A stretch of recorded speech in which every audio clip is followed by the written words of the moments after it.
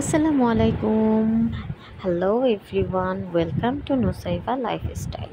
তো নুসাইবা আজকে চিড়িয়াখানায় চলে গিয়েছিল যে অনেক সুন্দর সুন্দর প্রাণী দেখার জন্য। তো নুসাইবার পাপা এখন টিকিট কাটছে আর নুসাইবা এখানে ঝুলুনি দিয়ে ঝুলনি খাচ্ছে। তো বাহিরের দিকে অনেক বাদাম টাদাম এগুলো ছিল, তারপরে হচ্ছে পপকর্ন, মানে যার যেটা লাগবে সব পেয়ে যাবেন। আর হ্যাঁ, বাদাম কেনার সময় অবশ্যই একটু দেখবেন, কারণ বাদামগুলো আমরা যখন কিনেছিলাম একটু কাঁচা কাঁচা ছিল। তো যাই হোক, তো এন্ট্রি হয়ে গেল নুসাইবার আর নুসাইবার বাবার সাথে আমিও ছিলাম। তো যেহেতু আমি ওনাদের ক্যামেরাম্যান, সো আমি বরাবরই পিছনে থাকি। তো এই তো অনেক বছর পরে গেলাম চিড়িয়াখানা। তো আমাদের মিরপুরের চিড়িয়াখানা আগে আসলে অনেক কিছুই ছিল না, এখন যুক্ত হয়েছে। বাট সবচেয়ে ইন্টারেস্টিং পার্ট হচ্ছে যে চিড়িয়াখানায় গেলে মানুষ বাঘ আর সিংহ দেখতে চায়, তো দুইটাই আমরা একটাও দেখতে পারিনি। বাঘ হচ্ছে নাই, আর সিংহ ছিল 3 নাম্বার খাঁচায়, যে কারণে দেখাই যায় না। তো এই তো তো নুসাইবা আশেপাশে খুব ভালো করে ঘোরাফেরা করছে, আর আমরা প্রথমে গিয়েই প্রচুর পরিমাণে বানর দেখতে পেলাম। আসলে এই ফুল অফ চিড়িয়াখানার মধ্যে আমার মনে হলো যে বানর ছাড়া আর কোনো কিছুই অ্যাক্টিভ নেই। কিছু কিছু প্রাণী ছিল যে অ্যাক্টিভ, আর বাদ বাকি আসলে সবই একদম, মানে কি বলবো, না বললেই হয় আর কি।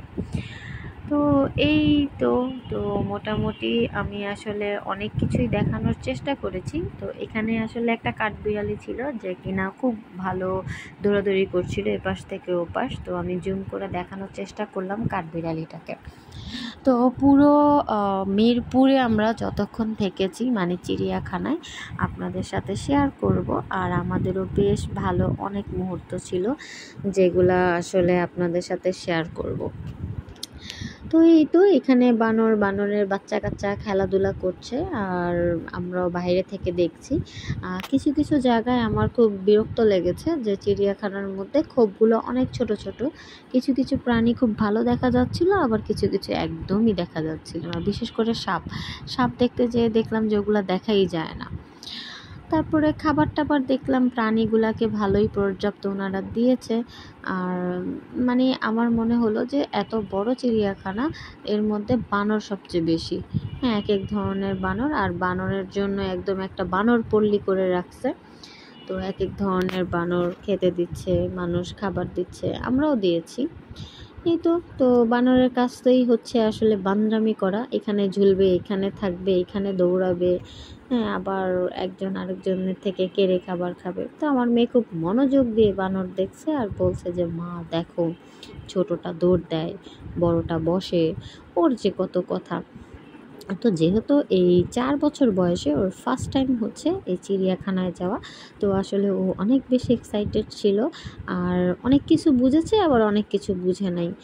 লাস্টে এতটা বিরক্ত হয়ে গেছে, মানে ভাষায় প্রকাশ করতে পারবো না। মানে এত পরিমাণ আমাদের হাঁটতে হয়েছে।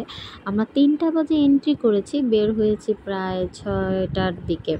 আর বের হওয়ার সময় ও অনেক বেশি বিরক্ত ছিল, কান্নাকাটি শুরু করে দিয়েছে, কারণ প্রচুর পরিমাণে হাঁটতে হয়েছে। আর আমরা যেহেতু কোনো ব্রেক দিই নাই, টানা হেঁটেই গিয়েছি, 5-10 মিনিট বসেছিলাম। এর মধ্যে বাবু আসলে ওরকমভাবে বসতেও চায় না, লেকের পাড়ে বসেছি, ও পড়ে যাবে এরকম ওর একটা ফিল। তো এই তো বাবা যেখানে যেখানে যায়, মেয়ে তার পিছু পিছু যায়।